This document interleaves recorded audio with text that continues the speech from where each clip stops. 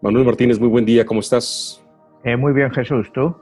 Pues muy bien, aquí con un tema que nos han estado solicitando nuestra audiencia en referencia a qué es lo que se está llamando la nueva realidad y muchos lo vinculan con el nuevo orden mundial. ¿Qué tan nuevo es esto? ¿Cómo está en la historia? ¿Desde dónde podemos ver elementos que nos den alguna idea de dónde surge todo esto? ¿Hacia dónde va la economía? ¿Hacia dónde va pues nuestra nueva manera de vivir? ¿Qué nos podrías decir sobre esto? Bueno, pues son preguntas que en algunos casos pues son difíciles de contestar, ¿no? ¿Qué es el nuevo orden mundial? Pues el nuevo orden mundial pues lleva ahí bastante tiempo, ¿no? O sea, no es decir que sea nuevo. Cuando hablamos de nueva realidad, pues ¿cuál va a ser la nueva realidad? El experimento este que hemos tenido, que estamos teniendo con el COVID, de confinamientos, pues están aquí para quedarse. O sea, esto ha sido el COVID-19, como hemos dicho en otros programas, pues en 2 años te puede venir el COVID-21 o lo que quieran 21, ¿no? Estamos experimentando una nueva era en la cual, pues, por nuestra seguridad y por la seguridad en general de la población, nos van a decir, pues tenemos que aceptar bastantes cambios, ¿no? Tenemos que aceptar, pues, recortes de libertades en todos los niveles. Y la mayoría de la gente piensa, bueno, pero a mí qué más me da si realmente no me afecta. Y bueno, pues en cierto modo, pues pudieran llevar razón, pero el problema cuando tú empiezas a recortar libertades, no sabes dónde se puede acabar. Ya vivimos en el mundo de los fake news, todos son fake news. Cuando estás leyendo ya no sabes lo que es real y lo que es ficticio. Ahora mismo aquí en Estados Unidos estamos inundados de una cantidad de noticias, la mayoría de fake news, de que ha sido un fraude electoral. Bueno, o sea, a mí me resulta imposible tratar de entender cómo en un país en el que han votado más de 150 millones de personas puedes hacer fraude electoral. O sea, se tendría que notar desde el principio, ¿no? ¿Cómo haces el fraude electoral? Bueno, hay quien dice que han votado hasta los muertos. Y eso yo sí que lo entiendo, de que hayan podido votar algún muerto que otro, porque acuérdate que aquí te mandan las boletas y entonces, pues bueno, pues son mucha gente que ya no vive ahí, o quizá puedan estar muertos de verdad, y entonces pues alguien pues ha podido rellenar la boleta por esa persona, imitar su firma y mandarla. Yo no te digo que no haya pasado, pero ¿por qué ha tenido que ser solo en el ala demócrata que se ha hecho eso? ¿No lo han podido hacer también los republicanos? O sea, porque las boletas esas que te llegan, si tú a lo mejor tienes un familiar fallecido y te ha llegado y la has rellenado, pues no necesariamente ha sido un fraude demócrata, también puede haber sido un fraude republicano. O sea, yo no sé lo que hablan de esto de ayer, el que era el director general de seguridad para el fraude, dimitió en Estados Unidos por las presiones de este señor Barr, que es el secretario de Justicia, pues porque nadie encuentra una evidencia clara de que haya podido haber fraude. Y estás hablando de un fraude para cambiar el resultado de estas elecciones de centenares de miles de votos. ¿Cómo haces eso sin que la gente no se dé cuenta? Alguien se tendría que haber dado cuenta. Y si ha habido fraude ahora, ¿por qué no lo hubo hace 4 años? O sea, es en cierto modo poner en cuestión al sistema, un sistema, eso sí, de conteo, como hemos visto, para la primera potencia económica y militar del mundo, pues no sé si decir llamarlo obsoleto o llamarlo, no sé, realmente de otros tiempos con la tecnología de hoy, pero eso, bueno, ya se queda en detalles, ¿no? Al final lo que está claro pues, es que Joe Biden ha ganado la mayoría del colegio electoral. ¿Que le puedan revertir esa mayoría? Yo lo dudo muchísimo. Entraríamos en un problema brutal y no hay evidencia de nada. O sea, no hay evidencia de nada. Si tú me dices que se estuviera cuestionando Florida como se cuestionó en el año 2000. Bueno, Florida históricamente está llena de casos de corrupción electoral, sobre todo a nivel de elecciones locales. Aquí sí ha sido muy común hacer eso, pero a nivel nacional, no sé, cuando hablamos de un número de 150 millones de votos, O sea, ¿cómo puedes hacer fraude en 4, 5, 6 millones de votos? O sea, no me resulta realmente incomprensible, ¿no? O sea, que incluso que se esté cuestionando eso, y cuestionando eso, pues se está cuestionando el propio sistema. Si fue bueno para Trump hace 4 años, porque ahora que ha perdido no es bueno.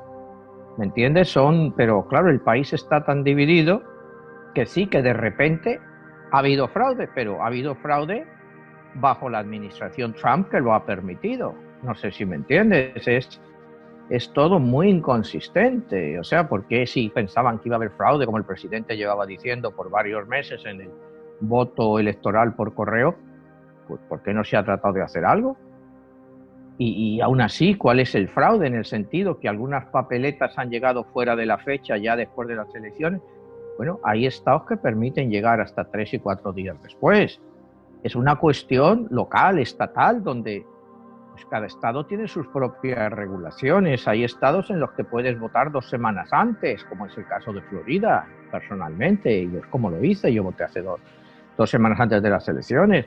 Hay estados pues, que no lo permiten o que el plazo es mucho más corto, pero son todo leyes locales. Eso no significa que haya fraude. El fraude, no sé, no se ha demostrado ni una sola ocasión, o sea, no hay ni una sola prueba, ni una sola evidencia de que haya habido fraude. Si se dice eso como te dicen que han votado hasta los muertos, pues sí, algún muerto habrá votado, eso sí que lo creo, pero ¿cuánto puede influir eso en las elecciones? Y además no sabemos por quién ha votado ese muerto. No sé si me entiendes, porque si han recibido la boleta en esa casa y el padre o la madre estaban muertos y lo han rellenado los hijos, pues no sabemos si lo han rellenado por demócratas o republicanos. Es que aquí ya pues es asumir por asumir, ¿no? Es crear desconcierto, es parte de esta nueva situación mundial en que todo se cuestiona. Cuestionamos todo. Pero bueno, hay casos en que sí puedes cuestionar muchas decisiones. Pero decir que 150 millones de personas, pues ha habido un fraude masivo, a mí me cuesta mucho entenderlo, incluso que se le dé publicidad. No sé si me entiendes. Manuel, ¿qué se estaría cuestionando? ¿El sistema mismo o se están cuestionando los grupos de poder que entre ellos hay una pugna y están tratando de imponer su propio sistema, desacreditando al otro y tratando de poner en duda hasta el sistema democrático, en este caso del país más importante, los Estados Unidos? Pues mira, es un poco de todo, ¿no? O sea, la administración saliente, digamos, pues está cuestionando el sistema en sí. Pero ellos han estado en el poder por 4 años y ya había dudas hace 4 años de que la influencia rusa pues había ayudado a ganar a Trump, que había ido contra Hillary Clinton. Y bueno, y desde esta administración Trump siempre se ha dicho que todo era mentira. O sea, eso todo era mentira. Nadie influyó en las elecciones de hace 4 años. Y ahora de repente sí, y hay fraude. Pues te digo, el problema es como el país está tan dividido, pues cada uno cree lo que va con su ideología. Yo hablo con muchos republicanos aquí en Miami, que es quizá un caso, y todos hablan de fraude. Aquí todo es fraude. Y sin embargo aquí ha ganado Trump por más de 4 puntos cuando hace 4 años apenas ganó por 1 punto, ni siquiera llegó a eso. Entonces, ¿qué tipo de fraude es ese? Hablan de Michigan, que dices, como tú me comentabas antes, que parece que hay muchas boletas que dicen, bueno, pero se dice, pero pruebas no se han presentado ninguna. Yo no he visto ninguna prueba evidente. O sea, ¿qué pruebas hay? Ponte a lo mejor incluso que encontrarán 2.000 boletas, que digan que ha habido fraude en 2.000 boletas. Bueno, pero ¿qué representa eso en el resultado global de unas elecciones? ¿Van a cambiar esas boletas el resultado? ¿Cuántas boletas puedes hacer fraude? Porque el fraude lo tienes que hacer manual. O sea, no es decir, el fraude lo tienes que hacer manual. ¿Y cuánta gente ha estado envuelta en ese fraude? Si lo hubiera, pues se encontrarían algunos, digo yo. O sea, porque esto no lo hace una persona. Para hacer un fraude de la magnitud que hablan de la gente que sigue al presidente Trump, se necesitarían decenas de miles de personas envueltas en este fraude. Y vamos, Si hay decenas de miles de personas envueltas, sería muy fácil detectarlas. Porque si realmente esto hubiera existido y decenas de miles de personas estuvieran envueltos en este fraude, en muchos casos habría infiltrados. No sé si me entiendes. Entonces yo todo esto lo considero, pues creo que la intención del presidente Trump en este caso, pues es negociar su salida sin que haya problemas y que realmente pues que no vayan ni detrás de él ni detrás de su familia una vez que deje la Casa Blanca. Esa es mi percepción, que él está adoptando estas posturas de fuerza, de no reconocer al ganador, pues como una forma de negociación. Y ya sabemos cómo el presidente Trump pues, ha estado gobernando y a través de sus libros cómo es su arte de negociar. Eso ya lo hemos visto eso, él va a atacar. Él no se va a rendir, o sea, él va a atacar, va a ir hasta el final. Entonces yo creo que esto es la forma de él de decir, bueno, pues sí, yo me voy, pero a mí me dejáis en paz, mis negocios y a mi familia tampoco la tocáis. Yo creo que los tiros van por ahí, de hacer un acuerdo de negociación. Se habla incluso de que él puede hasta autoperdonarse. O sea que es increíble. Yo le acabo de escuchar por primera vez que él puede autoperdonarse antes de salir de la Casa Blanca. O sea que son cosas que sí, que creo que están ahí. O sea, los juristas te dicen que sí, que es posible que él pueda autoperdonarse y que sea inmune a muchas cosas. Entonces, pues mira, hemos entrado en un terreno jurídico donde hay 1000 versiones para cada cosa. Si de verdad se da el caso ese de que él puede autoperdonarse, pues ya sí que sería increíble, ¿no? Pero está ahí. Y estamos seguros, bueno, pues que él antes de salir pues va a perdonar a todos los de su entorno. A todos los va a perdonar antes de irse porque tiene el derecho constitucional de hacerlo. Que sea ético o no, bueno, eso ya es otra historia. Pero los va a perdonar a todo su entorno. Entonces, pues yo creo que en el fondo, aunque sea difícil decirlo, a lo mejor es la mejor forma de acabar toda esta historia. Que Trump acabe saliendo inmune de todo esto para evitar un daño mayor a la democracia.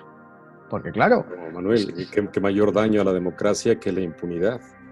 O sea, si estás cometiendo un delito y estás siendo una persona, a ti y a mí, ciudadanos de a pie, no nos perdonarían ningún tipo de nada, faltas, en absoluto. Sí, nada. Y entonces, ¿por qué alguien que ostenta el poder, que representa supuestamente la democracia, está libre de todo eso? Y es lo que está pasando a nivel mundial y lo vemos en otros países como en México, ¿no? Que si algo está, el blindaje político que se hace en las mafias que están en el poder, llega a tal nivel que, pues imagínate, se vuelven inmunes y están acabando con todo y con todos. He ahí el reto que queda ahorita para nosotros como ciudadanos, ¿qué debemos hacer? Estoy de acuerdo contigo. Yo lo único que te hablo es de la posibilidad real de que Trump pueda autoperdonarse. Y la posibilidad que existe que él vaya a perdonar a todo su entorno. Entonces los hace inmunes. Pues sí que es una generalidad a nivel mundial. Bueno, ¿y qué podemos hacer nosotros los ciudadanos? O se cambian las constituciones, se cambian las leyes para que esto no pase. Si no, no hay nada que se pueda hacer. Sabemos que Trump es combativo. Él va a combatir hasta el final. ¿Hasta dónde pueda llevar esto? Pues es muy relativo, ¿no? Es muy relativo, pero no se puede descartar nada. Yo sinceramente no creo que se vaya a revertir el resultado de las elecciones. Que haya recuento, que anulen votos en algún estado, pues es posible, pero no quiere decir que los votos que anulen tengan que ser necesarios votos demócratas. No sé si me entiendes. Aquí es que estamos asumiendo de que solo ha habido mal hacer o como quieras, corrupción en los estados o donde hay demócratas. O sea, ¿y por qué no haberlos en los republicanos? Te vuelvo a mencionar el caso aquí en Miami, la cantidad de casos que hemos visto y que son republicanos. O sea, la corrupción existe a nivel mundial y en todos los partidos políticos. En este caso, decir que solo la corrupción es del Partido Demócrata cuando no tenían el poder, cuidado, que no tenían el poder, que todo ha sido supervisado por el gobierno. Entonces, ¿cómo ha pasado este fraude de centenares de miles de votos sin que nadie se dé cuenta? A mí es que me resulta todo esto de las fake news y de la mentira, cuanto más grande, más fácil de creerse. Es lo que yo veo, ¿no? O sea, pero en el fondo lo único que veo es una intención de Trump de que no se le moleste. O sea, de que una vez que salga se diga, bueno, ahí te quedas. Entonces veríamos lo que pasa después, cómo va a quedar el Partido Republicano, porque Trump puede crear su propio partido político. O sea, porque el trumpismo está para quedarse, como decíamos en el otro programa, ¿no? La semana pasada. Trump ha demostrado que tiene un poder increíble de atraer a las masas. O sea, ha recibido más de 70 millones de votos. Nunca en la historia un candidato republicano ha recibido tantos votos y aún así ha perdido. Entonces lo que vimos que el fenómeno de 2016, es decir, Trump ha sido un accidente histórico, nos damos cuenta que no, Trump ha sido un accidente histórico. Igual que Hitler en el año 33 no fue un accidente histórico en Alemania y en Europa. Son situaciones reales que pasan por el hartazgo de la gente. La gente está harta, es que eso se entiende, ¿no? Tú ves que el siglo XXI pues ha sido un siglo de crisis tras crisis. Ha sido crisis tras crisis. Empezamos con septiembre 11 del 2001, la burbuja de los dot-com, la crisis hipotecaria, la crisis financiera del 2008, lo que causó salir de esa crisis. Y luego nos metimos en la crisis del COVID. Ha sido un siglo, hasta ahora, muy, muy, muy complicado y que ha traído como consecuencia un deterioro de una gran parte de la población. Lo que hemos hablado en otras ocasiones, este país, Estados Unidos, está viviendo un fenómeno pues que no se había vivido nunca. Y es que los hijos están viviendo peor que los padres, salen endeudados de las universidades. Los empleos que consiguen en muchos casos son precarios, que apenas les permiten pagar la deuda y pagar un alquiler. Es una situación totalmente nueva en este país, que nunca había pasado. Ahora en Europa sí la habíamos vivido, pero aquí no se había vivido eso. Tú ahora la estás viviendo así, ves que no es solo aquí. Tú que estás en México, ves que en México es así. Tú ves muchachos en México que se gradúan de la universidad y les da igual tener un título, no pues porque no encuentran trabajo, lo único que encuentran son situaciones precarias. Entonces vemos que el mundo pues cada vez se está volcando a una situación en que lo que se va a acabar es con la clase media. La clase media está dejando de existir. O sea, se están haciendo pues unas fortunas absolutamente impresionantes. Mira, en cierto modo, cuando lo comparas con la Edad Media, estamos volviendo al feudalismo. O sea, es una especie de feudalismo. El señor feudal, que pudiera ser un Amazon, un Microsoft, con su infinidad de poder, y por debajo pues se queda pues una gran parte de la población, y ya más por debajo pues todavía pues, como diríamos, los desheredados de la tierra. Y esa es la nueva sociedad a la que vamos. O sea, desgraciadamente es lo que hay. Porque los gobernantes, pues yo no sé a quién realmente acaban representando. O sea, esa es la cosa, ¿a quién acaban representando? Porque tú ves que se votó por el presidente Trump hace 4 años. Bueno, técnicamente él representaba pues a una mayoría de este país que había votado para él. No era una mayoría real, pues porque, como decíamos, en este país apenas vota el 50% de la población. Este año ha sido un año extraordinario, ha votado un 66%. No había votado tanta gente desde el año 1900. Cuidado, nunca habíamos visto una asistencia a las urnas tan grande en 120 años. Entonces esto quiere decir, bueno, pues que el país estaba realmente dividido. Había una división muy grande. Personas que de buena fe creen en Trump y otras, pues no sé, porque le creen, pero bueno, piensan que es la solución. A mí eso, pues la verdad, siempre me chocó, ¿no? Pensar que un supuestamente multimillonario pues te puede representar al trabajador del automóvil de Detroit. O sea, no sé en qué se puede preocupar con él, en decir, las empresas tienen que volver aquí, tienen que volver a producir aquí. Pero tú estás hablando que las empresas han gastado miles y miles y decenas de miles de millones en factorías en China, en México o en otros países para producir.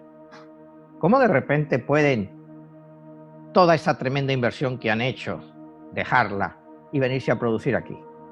O sea, es que son inconsistencias que te dicen los políticos y la gente se las cree. Sí puedo entender presionarles para que no abran nuevas plantas en el extranjero y que las hagan en Estados Unidos. En eso sí puedo entender que pueden hacer cierta presión para hacerlo. Pero estamos otra vez hablando de lo mismo. Al final son los costes. Y al final los costes pues se repercuten en el consumidor. Y si al consumidor ese coche que se ha producido en Detroit es mucho más caro que el que se ha producido en México, pues al consumidor le da igual dónde se haya producido el coche, porque la tecnología es la misma. Si es la misma compañía que la está haciendo, pues la tecnología es la misma. ¿Qué más da dónde se ha hecho el ensamblaje de ese coche? No sé si me entiendes. Estamos hablando de que hoy en día, en un mundo de economía global, pues el crecimiento de los nacionalismos a nivel mundial es lógico, porque es el desencanto de esa población local. El problema es fijarnos un poco en la historia y ver a dónde nos han llevado los nacionalismos. Los nacionalismos siempre llevan a la confrontación, tanto interna como externa. Primero viene la confrontación interna. Y cuando ya se ha eliminado al enemigo interno del país, se busca otro enemigo. Porque el nacionalismo, para subsistir, necesita la confrontación. Ese es el gran problema de los nacionalismos, que necesitan la confrontación para subsistir. Es volver a Orwell en 1984 o volver a Aldous Huxley en Un Mundo Feliz. Es lo mismo. El autócrata que manda siempre necesita la confrontación y mantener al país en vilo. Y bueno, pues yo creo que el mundo va hacia eso, ¿no? A luchas internas. Tú mira todos los países. Aquí el país, Estados Unidos, totalmente dividido. Yo llevo aquí desde el año 82, 1982. Yo nunca he visto al país tan dividido. En este país se presentaba un presidente, ganaba las elecciones y la gente pues lo aceptaba, Congreso y Senado, fueran mayoritarios o minoritarios con el ganador, pues sí, le ponían trabas, pero normalmente se trataban de llegar a acuerdos. Ahora mismo nos vamos a encontrar aquí en una situación que no sabemos cómo va a poder ser la gobernabilidad. De momento, pues el Congreso sí lo ha ganado Biden, pero ha perdido 5 congresistas, cuando se esperaba la famosa marea azul. La marea azul, hemos visto, pues que no ha tenido lugar en absoluto. Que lo que pensaban iba a ser una barrida, pues ha sido la situación que estamos ahora, con las elecciones contestadas, pues en este caso se dice que por fraude, pues se podrían buscar 50 otros motivos, pero el caso es que no ha habido barrida demócrata, al contrario. Trump ha tenido, no sé si 3, 4 millones más de votos que tuvo en el 2016. Lo cual te dice que Trump sigue siendo altamente popular. Cuidado, que hay una parte del país que cree en Trump y que cree que ha habido fraude, aunque no haya pruebas para ello, pero esa población sigue aferrándose a un clavo ardiendo para ver si ha habido fraude y qué podría pasar. Entonces, eso aquí, tú estás en México, mira cómo está México. Un país también dividido, totalmente, pero con un López Obrador populista y muy fuerte. O sea, muy fuerte. Este año, pues en el 2021 vais a tener las elecciones del medio ciclo. ¿Quién va a ganar? Pues todo indica que va a volver a ganar López Obrador, porque la oposición pues no se ponen de acuerdo, no llegan a un acuerdo, no hay nadie así que pueda dar la cara. Entonces pues, le estáis dejando el camino libre totalmente a López Obrador. Te vas al caso de España, un gobierno, como hemos hablado, nunca se había visto así, ¿no? Donde estén socialistas, comunistas, independentistas catalanes, independentistas vascos, nacionalistas catalanes. ¿Qué tipo de gobierno es ese? O sea, ¿qué tipo de gobierno es ese? No sé si me entiendes. Y así, bueno, pues te vas por el mundo y vemos unos gobiernos pues que están ahí gobernando o semigobernando. Cuidado, porque ya no hablamos de que los gobiernos están gobernando. Llevamos con esto de la pandemia un año en que los gobiernos están semigobernando, poniendo un parche aquí, otro parche allá, pero en ningún momento es un movimiento serio de gobernar. Sencillamente es imponerse mientras están en el poder y agarrarse a ese poder. Pues eso es lo que estamos viendo a nivel mundial. Manuel, durante mucho tiempo se ha estado hablando de que hay una élite mundial, que es un gobierno mundial el que en cierta manera rige todas las economías del mundo, todas las políticas del mundo. ¿Qué tanto pudiera haber de cierto esto? Y si es así, ¿cuándo surgió? Mira, en mi libro 22, La Guerra de los Dioses, tú sabes que yo hablo de ese tema precisamente, que hay un grupo pues, del cual no conocemos quiénes son, porque acuérdate que aquí se dice teorías de que es George Soros, Bill Gates los que están manejando todo este cotarro. Ese gobierno mundial, que yo creo que sí existe, no es de personas conocidas, o sea, es personas que ni siquiera conocemos, que no sabemos quiénes son, y son los que realmente te mueven los hilos políticos y económicos del mundo, sobre todo los económicos. Los políticos en algunos casos es más difícil, ¿no? Por la idiosincrasia de cada país. Pero la política económica global está mediatizada pues, por esos grupos de poder. Eso no hay duda, ¿no? Tú sabes que por años se ha hablado de los Illuminati, del Club de Roma, de la Trilateral, Bilderberg. Pues, para mí esos grupos no son más que la punta del iceberg, ¿no? O sea, de todo esto, ¿no? El grupo real, pues no sabemos quiénes son. No sabemos quiénes son, porque ellos son lo suficientemente inteligentes pues, para no darse a conocer. Te ponen todos estos grupos de punta y ellos son los que mueven los entresijos. ¿Eso es bueno? ¿Eso es malo? Pues bueno, pues los dos últimos 100 años, después de la Segunda Guerra Mundial, es decir, desde el 45 aquí, son 80 años, 75 años, pues la economía mundial ha crecido a niveles desconocidos, ¿no? Y la prosperidad que el mundo ahora en día tiene, pues no se puede comparar. Entonces, pues a pesar de esos entresijos, si ese grupo existe, pues algo no han hecho mal. O sea, porque realmente el mundo ha tenido una estabilidad que no tenía antes. Y el mundo lo que necesita es estabilidad. Entonces, pues yo no sé si es bueno o es malo que haya ese grupo, ¿no? Yo creo que es quizá necesario.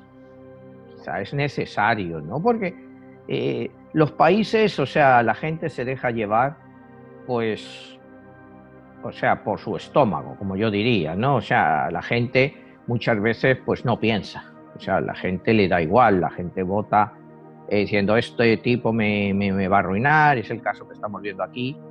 No sé, como te vuelvo a decir, no entiendo este fenómeno aquí de obreros de Detroit o trabajadores pues votando por Donald Trump.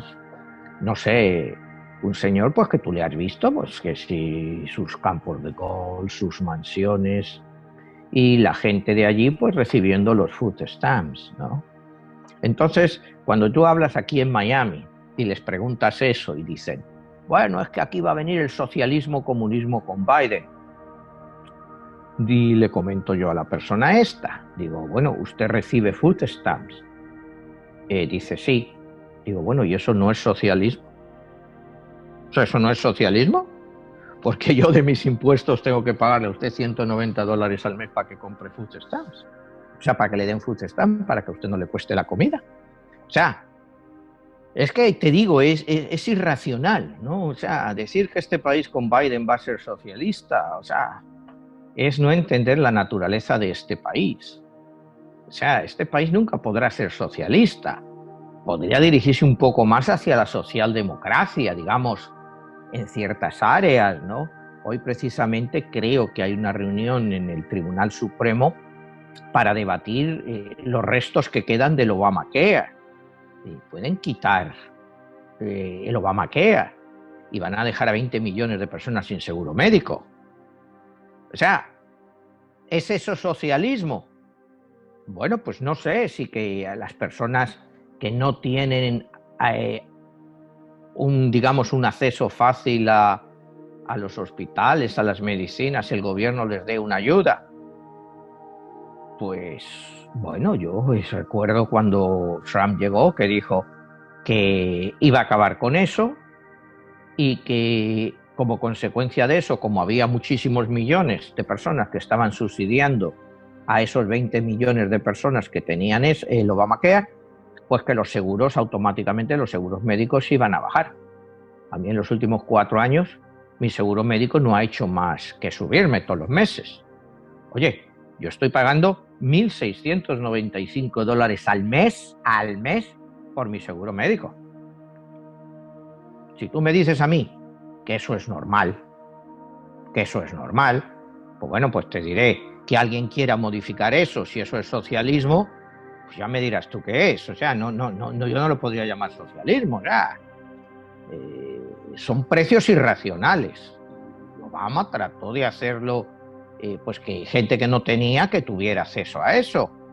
Claro, automáticamente las compañías de seguro te repercutieron ese costo a los asegurados, como te hace cualquier compañía de seguro, ¿no? Pero claro, es que en estos 4 años a mí no me ha mejorado, al contrario, me ha subido cada 4 años. Entonces todo es demagogia. Hay cosas que no se pueden cambiar. Jesús, como yo lo veo, es lo que representa la medicina, seguros médicos, atención médica, en este país es el 20% del Producto Nacional Bruto. ¿Cómo puedes cambiar el 20% del Producto Nacional Bruto de la noche a la mañana? Ya me dirás tú cómo, sin provocar un caos generalizado. Entonces, Perdón, Manuel, pero ahí además está la cuestión de que nos olvidamos que vivimos en un sistema capitalista a donde todo es un negocio y la salud, la educación, todo es un negocio y no es así nada más de decir que el gobierno va a asumir todos los costos por sí mismo y no tiene la capacidad. ¿Quién lo va a pagar? Alguien lo tiene que pagar.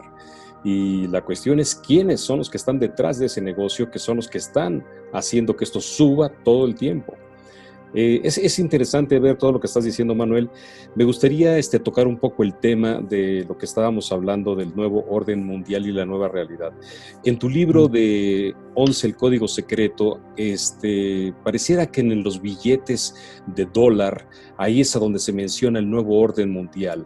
Y tú tienes en tu portada un billete de $20 a donde se muestra algo increíble, que pareciera como que si ahí se hubiera profetizado el impacto de los aviones en las Torres Gemelas en Nueva York y es algo extraordinario. ¿Tú pudieras mostrarnos el billete, por favor?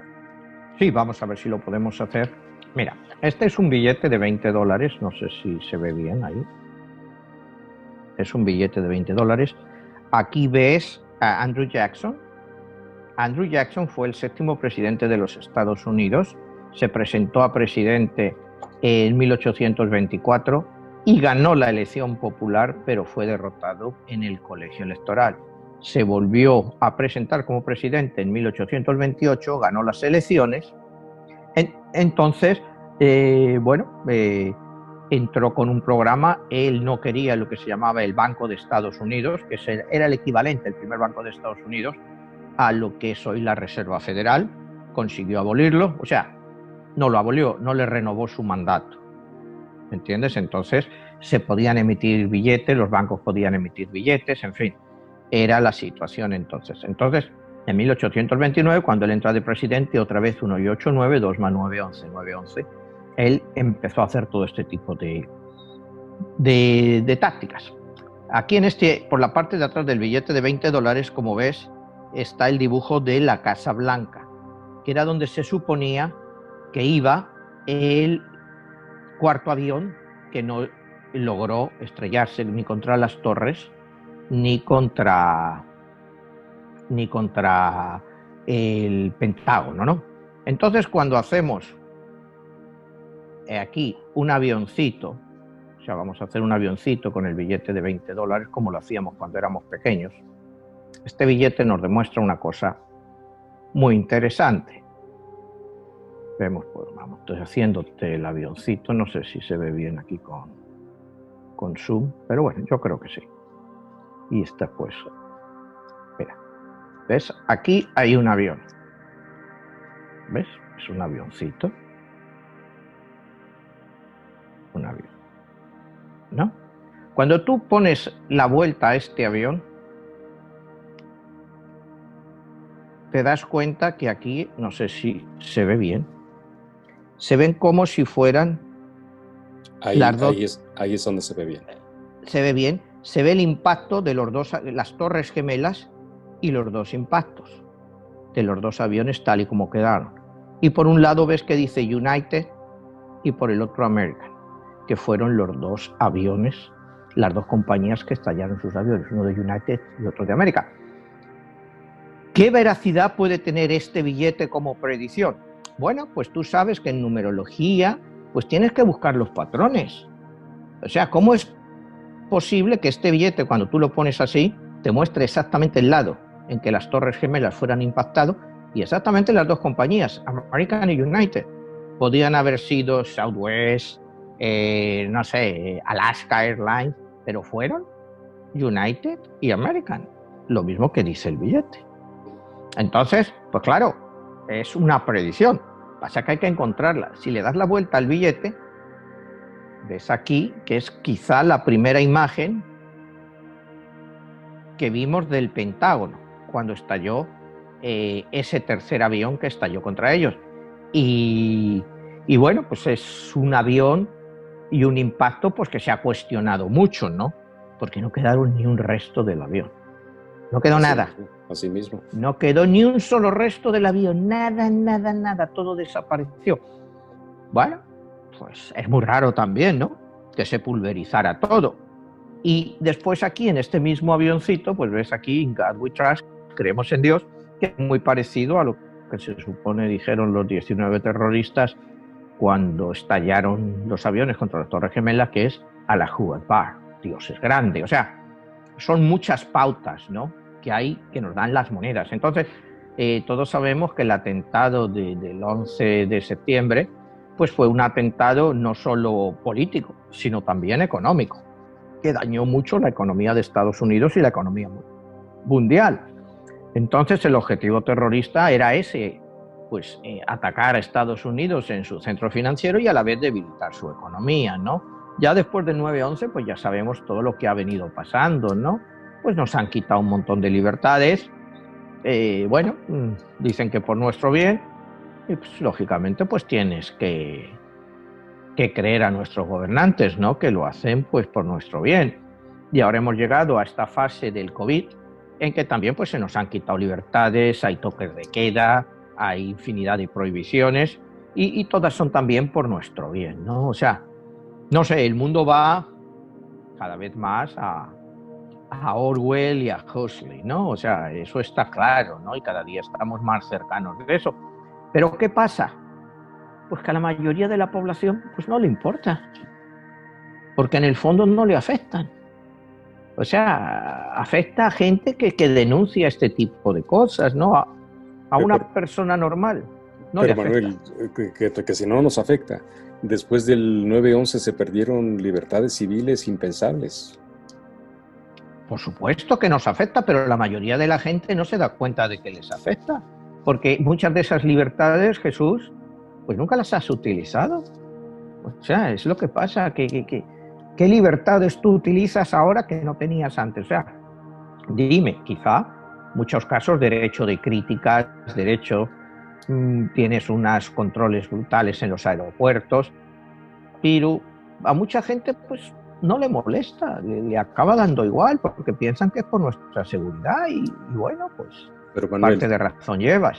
Pero que ahorita con lo de la pandemia pareciera que es el segundo capítulo después de esas pérdidas de libertades, porque ahora si tú no te vacunas, quizás hasta te prohíban subirte en un avión.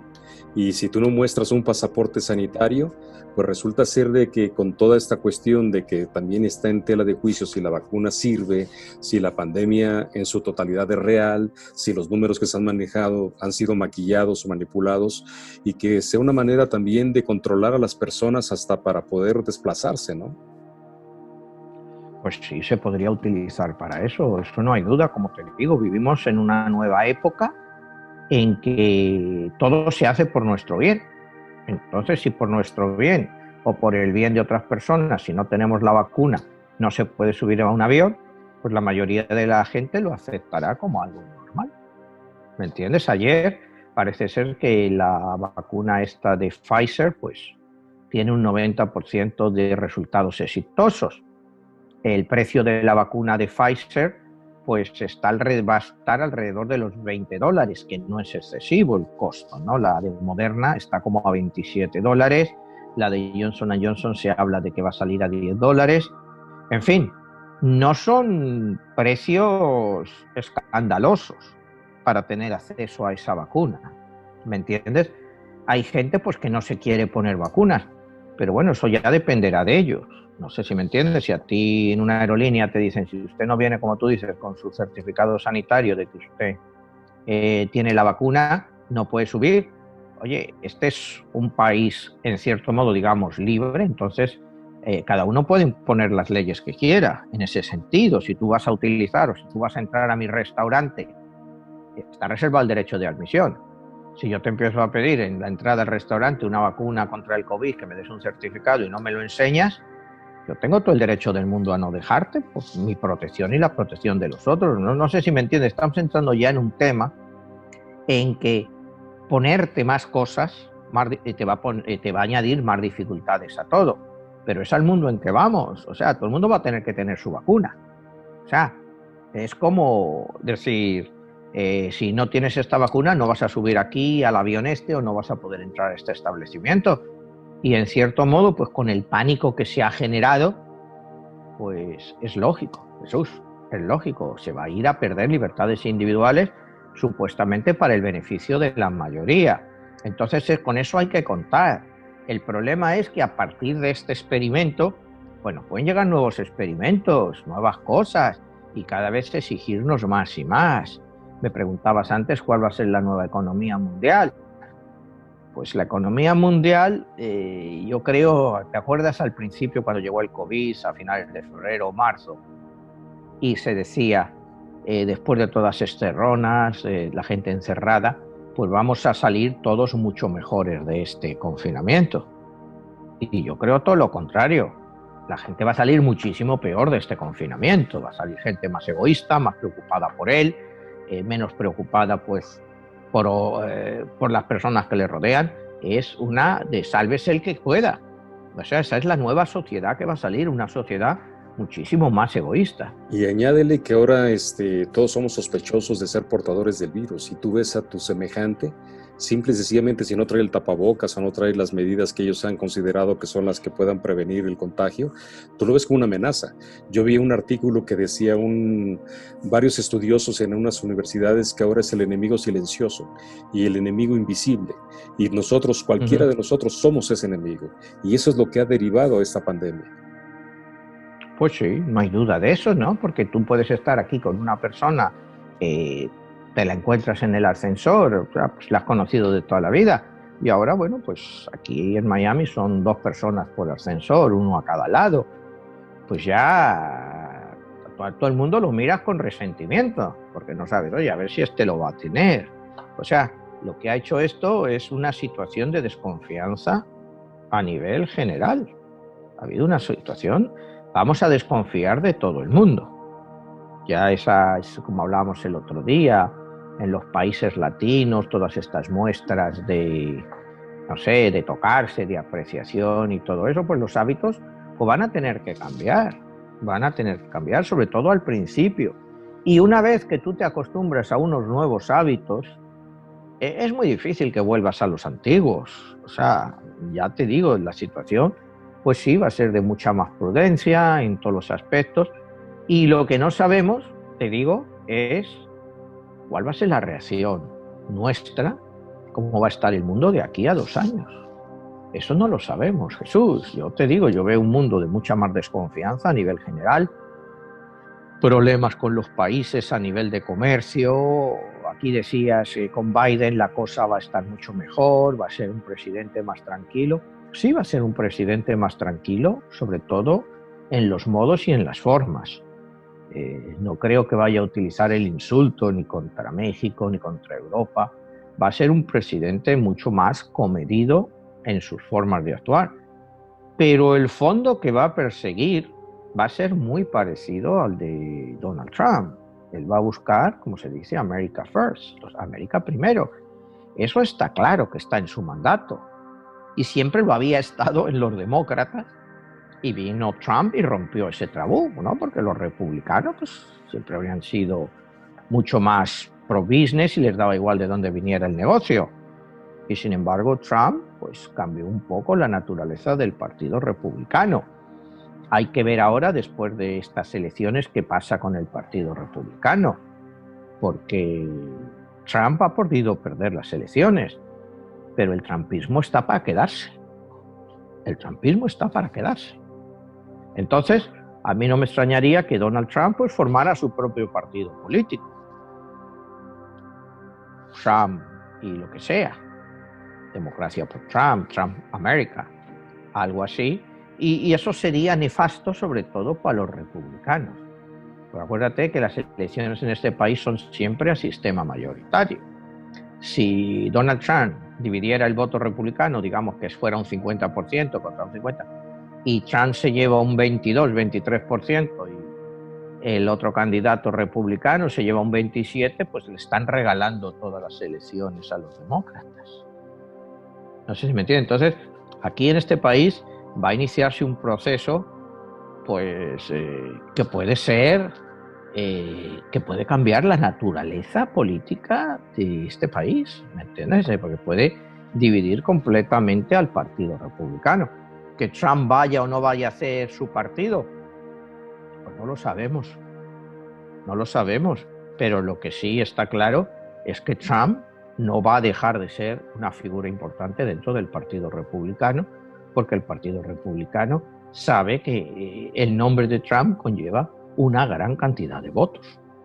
O sea, aquí yo creo que se ha cometido mucho el error de despreciar a Trump en muchos aspectos. Y tú no puedes despreciar a una persona como Trump. O sea, no lo puedes, te puede gustar o no gustar, puede estar de acuerdo o no de acuerdo, pero no desprecies a una persona así. O sea, yo creo que el gran error ha sido ese, despreciarle, menospreciarle, cuando él tiene un carisma para mucha gente y una fuerza de atracción muy grande. Y ahí está, y lo ha demostrado en estas elecciones a pesar de haber perdido. Luego ha demostrado pues su lado, que también lo sabíamos que iba a hacer, el de no aceptar una derrota. Trump nunca ha aceptado una derrota. Si tú te lees su libro, El arte de negociar, pues hay una frase que a mí siempre se me quedará. Dice, si tú tienes una casa de $500,000 y le debes 450,000 al banco, si no pagas, estás jodido. Pero si tú le debes 1.000 millones al banco y no le pagas, el que está jodido es el banco, no tú, porque va a tener que... Y ese ha sido siempre la idea de él. O sea, grandes negocios, grandes cosas. No sabemos cómo están sus finanzas. O sea, se han dicho mil cosas, ¿no? Desde que el New York Times publicó estos datos. Pero vete tú a saber cuál es la realidad de las finanzas de Trump. El caso es que siempre ha salido adelante, con deuda, sin deuda, con quiebras, sin quiebras. Pero es una persona resistente, que aguanta y que no se achanta, que sigue y que ataca. Entonces, pues esto es lo mismo. Él no acepta haber perdido las elecciones, va a luchar hasta el final y yo creo que con ello lo que va a conseguir pues es un acuerdo de inmunidad para que no se le toque ni a él ni a su familia y él pueda hacer sus negocios y ya veremos si él continúa con su partido político o sigue aliado del Partido Republicano. Eso es algo que hay que ver porque él es temperamental y si en el Partido Republicano no le tratan como él cree que deben de tratarle, pues estoy seguro que monta su propio partido. Y entonces los que van a estar mal son los republicanos por la cantidad de votos que les pueda quitar. Eso es como yo lo veo. Veremos qué pasa en el próximo año, en los próximos 2 años. Lo primero es pues que esta vacuna de Pfizer o de Moderna, las que finalmente sean efectivas, porque puede haber varias que sean efectivas, que eso sería lo mejor por la producción, que se podría producir mucho más, ¿no? Estamos en una época en que, bueno, estamos en una crisis mundial y yo creo que lo más lógico, pero no es lo más mejor desde el punto de vista económico para los que han inventado la vacuna, es que que coordinaran esfuerzos con otros productores para hacer la producción masiva. Les dan la fórmula y pues que lo hicieran también otros laboratorios y que pudiera hacerse pues a nivel masivo muchísimo más rápido de lo que se espera. Eso sería en un mundo ideal donde todo el mundo quiere realmente el objetivo de que la población no empeore más. ¿Va a pasar eso o van a ser las 2 o 3 compañías las que lo hagan poco a poco? Porque ellos son los que se han gastado el dinero realmente y tienen derecho a sus beneficios, ¿no? O sea, estamos en un mundo capitalista donde los beneficios pues son al final lo que todas las compañías buscan. Y si han estado trabajando mucho para conseguir esta vacuna y han conseguido los resultados adecuados, tampoco los van a regalar. Hay que entender eso. O sea, se habla de solidaridad humana y tal. Bueno, pues sí, solidaridad humana. Pero bueno, que los gobiernos les paguen por su vacuna, ¿no? Para eso están también los gobiernos, para gastar dinero en su población. Pero que lo utilicen sabiamente, ¿no? Si pueden gastarse $20 por persona, es por el bien del país y por el bien de la gente. Yo creo que lo pueden hacer. Al mismo tiempo, te digo, se podría compartir la vacuna. Manuel, a manera de conclusión, que ha sido una síntesis, todo lo que has hecho de todos los programas que hemos tocado estos temas, tanto de la nueva normalidad se puede esperar hasta un cambio de moneda. Se habla del billete de dólar que ahí tiene el nuevo orden mundial, cuando se emitió, cuando vino la parte del dólar, que es el respaldo, y ahora viene el Bitcoin. ¿Qué se puede esperar de eso? Bueno, mira, el dólar se enfrenta a un desafío a nivel mundial, ¿no? Eso está claro, ¿no? Y el mayor desafío creo que le viene de China, que eso está claro, ¿no? China por mucho tiempo, está en un capítulo de mi libro, ellos llevan comprando oro continuamente, ni siquiera sabemos las reservas de oro que tiene de China, una cosa son las que ellos publican y las que ellos tienen, y estaban pensando en darle un golpe al dólar, sacando un yuan renminbi amparado por el oro. Cuidado, sería otra vez la primera moneda del mundo amparada por oro. Eso podría ser un golpe muy fuerte para el dólar, ¿entiendes? Porque hoy en día volver al patrón oro es imposible, ¿no? O sea, el oro está como a $1.870 la onza. Esta mañana estaba eso, 1.870. Para volver a una economía mundial que es como de unos 90 trillones, billones, habría que incrementar el precio de 1.870, $1.900 que está el oro, aproximadamente 30.000, para que hubiera suficiente oro para amparar esa economía. En el año 32 en este país ya experimentamos ese fenómeno cuando Roosevelt confiscó todo el oro. Fíjate que Roosevelt confiscó todo el oro de toda la gente, con pena de cárcel si no se lo devolvían. O sea, no es que se lo confiscara y se lo quedara, se lo dio al valor que tenía en ese momento de mercado. Si hoy te confiscaran el oro y te dicen, mira, el oro está a $1.875 la onza, tú tienes 10 centenarios, pues yo te voy a dar $19.000, que es lo que valdría. No sé si me entiendes. O sea, cuando hablo de confiscar es que les quitó, pero no se lo quitó, es decir, no te lo pago, no, se lo pagó al valor de mercado, pero él quiso tener todas las reservas de oro para amparar el dólar. ¿Me entiendes? Y volver al patrón oro, yo lo veo muy difícil. Tendríamos que entrar en una crisis mundial. Además, con el patrón oro nunca hubiéramos podido tener los crecimientos que hemos tenido desde entonces. Acuérdate que Estados Unidos abandona el patrón oro en 1971, cuando está Nixon como presidente. Y bueno, yo he leído de esa época y por primera vez en este país había colas para comprar alimentos, había colas para la gasolina, en fin, este país pasó unas semanas caóticas cuando Estados Unidos abandonó el patrón oro y además tuvo una devaluación muy fuerte del dólar.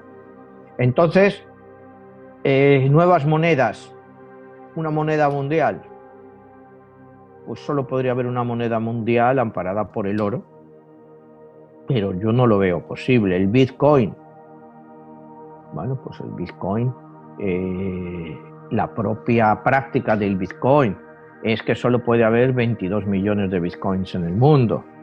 O sea, según cuántos vas produciendo nuevamente, acuérdate que se basa en algoritmos.